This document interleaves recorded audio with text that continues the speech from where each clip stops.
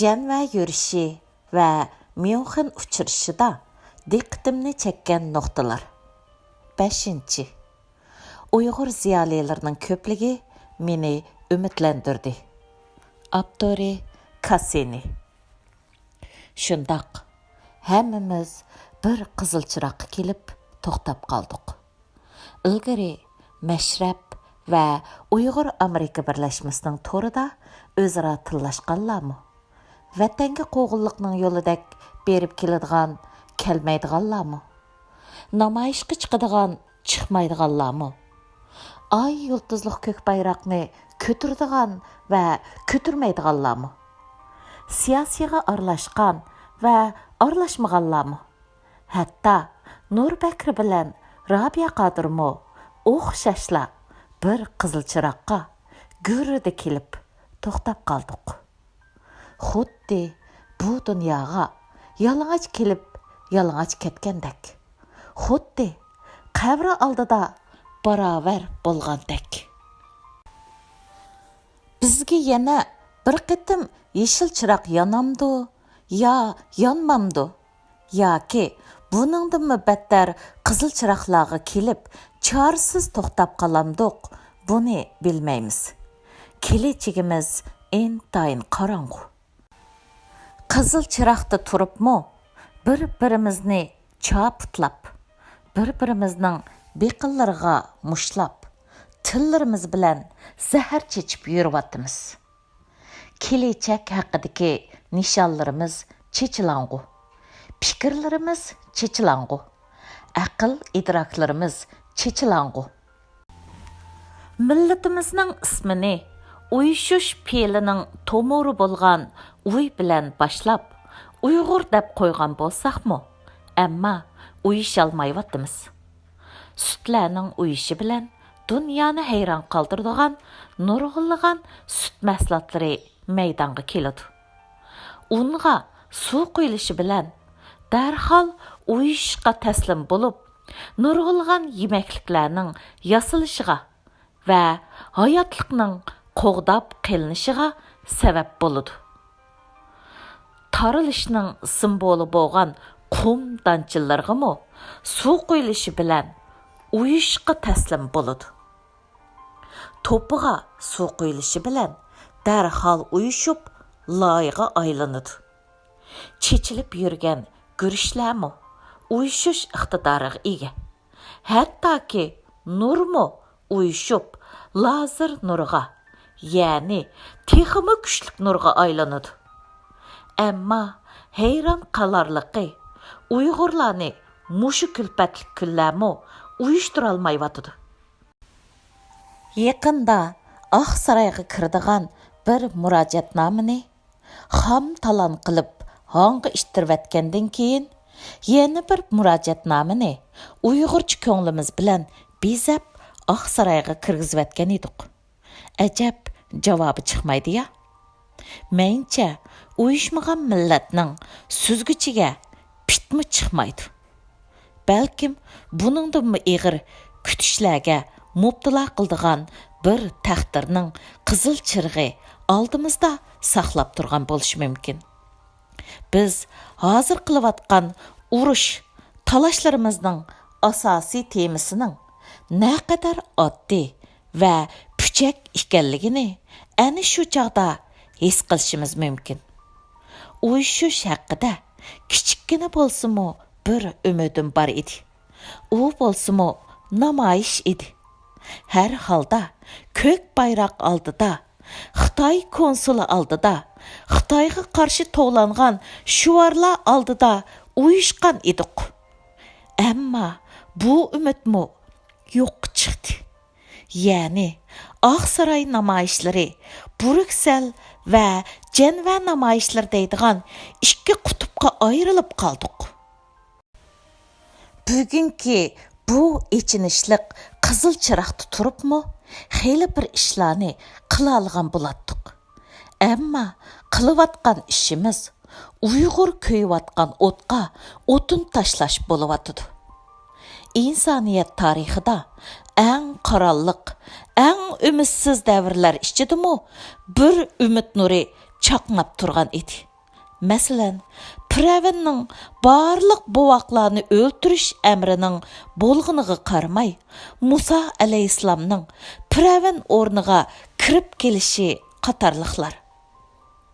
Janva yurishi va Myunxen uchrashida diqqatimni chekkan eng muhim nuqtalarning biri namoyishchilar qo'shini ichida ay yulduzliq ko'k bayrog'imizni ko'tarib namoyishga chiqqan va yig'inga qatnashgan Uyg'urlar ichidagi ko'zga ko'ringan olim va ziyolilarning ko'pligi.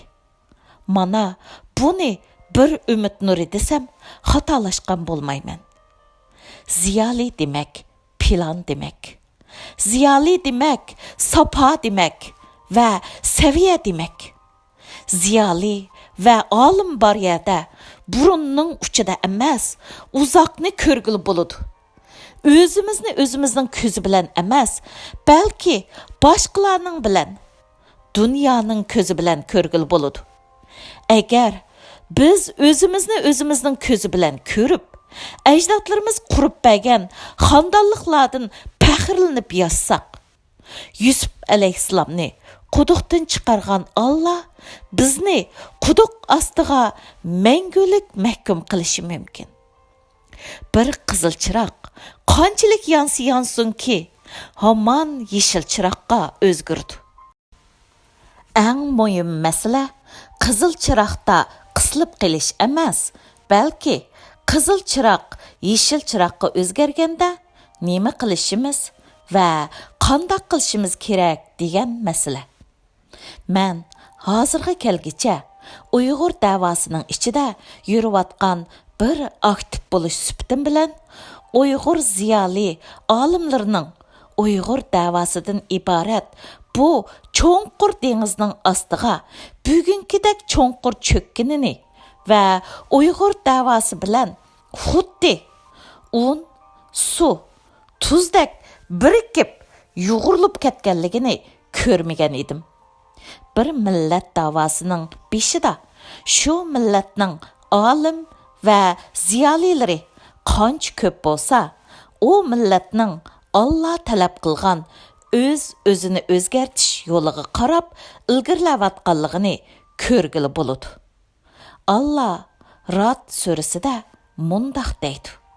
İnsonni oldi va orqa tarafidan kuzatib turadigan farishtalar bor. Shubhisizki bir qavm o'zining ahvolini o'zgartmagicha Allah ularning ahvolida o'zgarish hosil qilmaydi. Allah bir qavmga yomonlik tilasa, hech kim uni o'zgartalmaydi. Men Janva yurishi va Myunxen uchrashiga kelgan ziyoli va olimlarimizning ko'pligini ko'rgandan keyin xuddi Uyg'ur xalqining oldi va orqa tarafidagi farishtalarning Uyg'urlar haqida aktiv bir harakatga o'tayotganligidek bir umid, ishonch ichki dunyorimni va hislarimni qoplab oldi. Allah Rad surasini Uyg'urlar ustidan aktivlashtirayotgandek his qildim.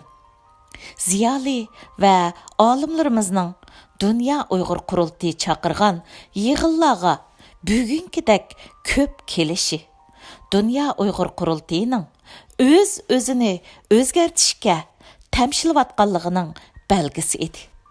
Hadis va rivoyatlarimizda olimlar payg'ambarlarning davomi deyiladi.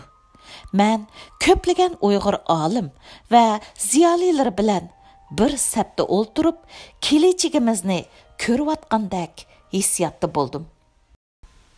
Mashhur hadis Hafizi Tabarada payg'ambarimizning olimlar bilan ham suhbatda bo'ling, billa o'ltiring, chunki Allah yomg'ir bilan o'lik tuproqni tirildirganidek olimlar orqali o'lik qalblarni ilm nuri bilan tirildirdi deganligini rivoyat qiladi. Ya'ni payg'ambarimizning olimlarga agishing. Ular bu dunyo va oxiratning nurlaridir deganligimi rivoyat qilinadi.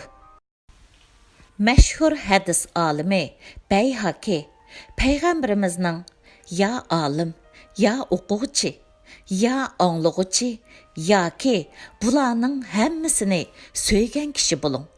Agar bundaq qilmaganda halok bo'lasiz deganligini rivoyat qiladi. Qur'oni Karimda olimlar va bilim haqida ko'plagan oyatlar bor. Nail surasi 43-oyatda Allah agar bilmasang ahli zikrdan ya'ni olimlardan so'ra deydi. Ankabut surasi 43-oyat, Rum surasi 22-oyat va Zumar surasi 9-oyatlarda olimlar haqida to'xtaladi. Fatir surasi 28-oyatda Allohdan eng qo'rqadigan kishilar olimlardir deydi. Yiroqni ko'rarlik va kelajakni insho etish bir millatning olim va ziyolilar bilan shu millatning o'rtaq yo'g'irilishi va uyushishi, ay yulduzliq ko'k bayroqni tang ko'tarib, davlat gemini tang aytishi bilan amalga oshadi. Yiroqni ko'rarlik kelajakni insho etishdan iborat bo'lib, cho'nqur tafakkur va muhokama qilishni, kalla ishiltishni talab qiladi. Shunga yiroqni ko'rish va kelajakni insho etish qiyinlik darajasi zo'r bir ish.